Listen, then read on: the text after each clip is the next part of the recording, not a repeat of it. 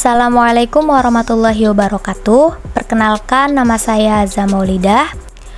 Di video ini, saya akan menjelaskan tentang kasus BK di sekolah dan penanganannya, yang mana video ini dibuat untuk memenuhi tugas mata kuliah pengembangan pribadi dan profesi konselor. Berikut penjelasannya. Latar belakang. Setiap siswa yang ada tentunya mempunyai masalah dan akan sangat beragam. Permasalahan yang ada dalam lingkungan siswa dapat bersifat pribadi, sosial, belajar, atau karir. Oleh karenanya, keterbatasan kematangan siswa dalam mengenali dan memahami hambatan, maka sebagai konselor yang berkompeten sudah turut ambil andil di dalamnya dalam penanganannya. Konselor sekolah mempunyai tugas untuk memberikan pelayanan dan membantu siswa agar dapat mengembangkan potensinya secara utuh. Melalui studi kasus ini, seorang konselor akan dapat memahami siswanya secara mendalam. Konselor akan mampu memperoleh informasi tentang sebab-sebab timbulnya masalah serta untuk menentukan langkah-langkah penanganan terhadap masalah yang dialami siswa tersebut. Di sini disajikan keterangan pribadi siswi, bisa dilihat. Bernama Dini, kelas 8F, SMP 13 Jakarta, berjenis kelamin perempuan, tempat tanggal lahir Jakarta 9 November 2008, beragama Islam, dan tinggal di Jalan Mataram 3. Bahasa sehari-hari menggunakan bahasa Indonesia, memiliki 7 bersaudara, dan untuk masalahnya akan dijelaskan di slide berikutnya. Identifikasi masalah. Dari berbagai informasi yang telah diperoleh melalui pengumpulan data seperti angket, kebiasaan siswa, daftar cek masalah, dan wawancara, maka gambaran umum permasalahan yang diperoleh menyangkut pada bidang pendidikan dan perencanaan karir atau jabatan. Adapun karakteristiknya dijabarkan sebagai berikut. Pertama, malas dan membolos. Yang kedua, kehidupan keluarga yang kurang komunikasi dengan ekonomi rendah. Yang ketiga, kesulitan dalam belajar karena kurangnya fasilitas, perlengkapan belajar, dan waktu belajar yang kurang teratur. Diagnosis. Diagnosa merupakan kegiatan yang diambil untuk menetapkan faktor-faktor penyebabnya berdasarkan hasil identifikasi masalah. Oleh karena itu, berikut akan dijabarkan mengenai hasil dari diagnosa yang diperoleh, yakni berdasarkan data yang ada, hal ini muncul kurang lebih banyak didasari oleh keadaan kehidupan keluarga yang kurang mendukung.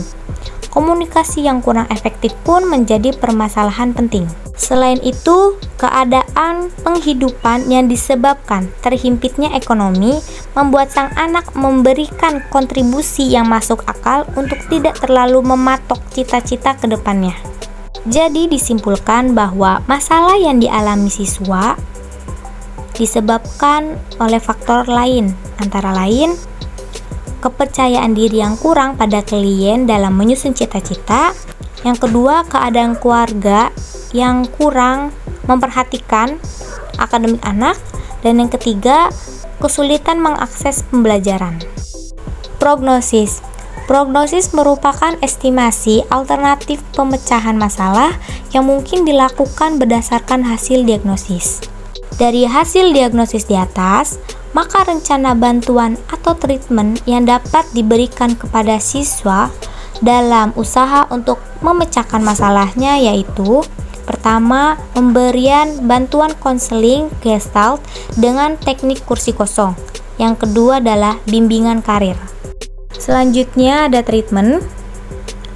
Treatment atau lazimnya disebut dengan perlakuan merupakan tindakan menetapkan dan melakukan cara yang tepat dalam mengatasi kesulitan atau masalah kasus dengan program yang teratur dan sistematis. Adapun treatment bantuan yang dapat diberikan kepada konseli yaitu: pertama, pemberian bantuan konseling Gestalt dengan teknik kursi kosong didasari karena adanya unsur ketidakpercayaan diri yang ditemukan pada diri konseli yang menyebabkan ia bingung akan karir ke depannya.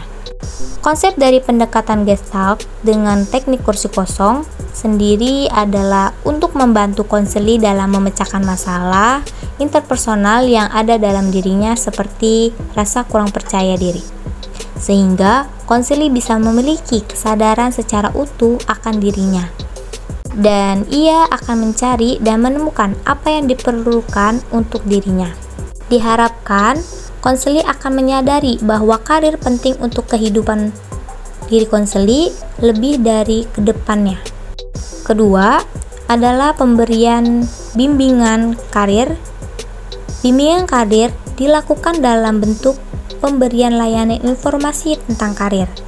Dengan pemberian layanan informasi karir ini diharapkan akan mampu membantu siswa untuk memahami dirinya dalam kaitannya dengan dunia kerja, pendidikan, sosial, dan masalah-masalah kemasyarakatan lainnya. Evaluasi. Evaluasi merupakan suatu cara yang ditempuh untuk melihat seberapa jauh efek atau pengaruh yang diberikan bagi pemecah masalah yang ada. Dari sisi keberhasilan, siswa bersangkutan mengetahui informasi tentang karir yang ada dan siswa menyadari akan masalahnya. Dari sisi ketidakberhasilan, siswa masih belum menampakkan rasa percaya dirinya yang diharapkan. Dan siswa kurang mau berpartisipasi dalam konseling yang dilakukan. Akibatnya, proses konseling agak terhambat karena siswa begitu tak mau membuka diri. Slide yang selanjutnya yaitu tindak lanjut. Tindak lanjut atau follow up merupakan upaya yang dilakukan konselor untuk mengikuti perkembangan klien selanjutnya.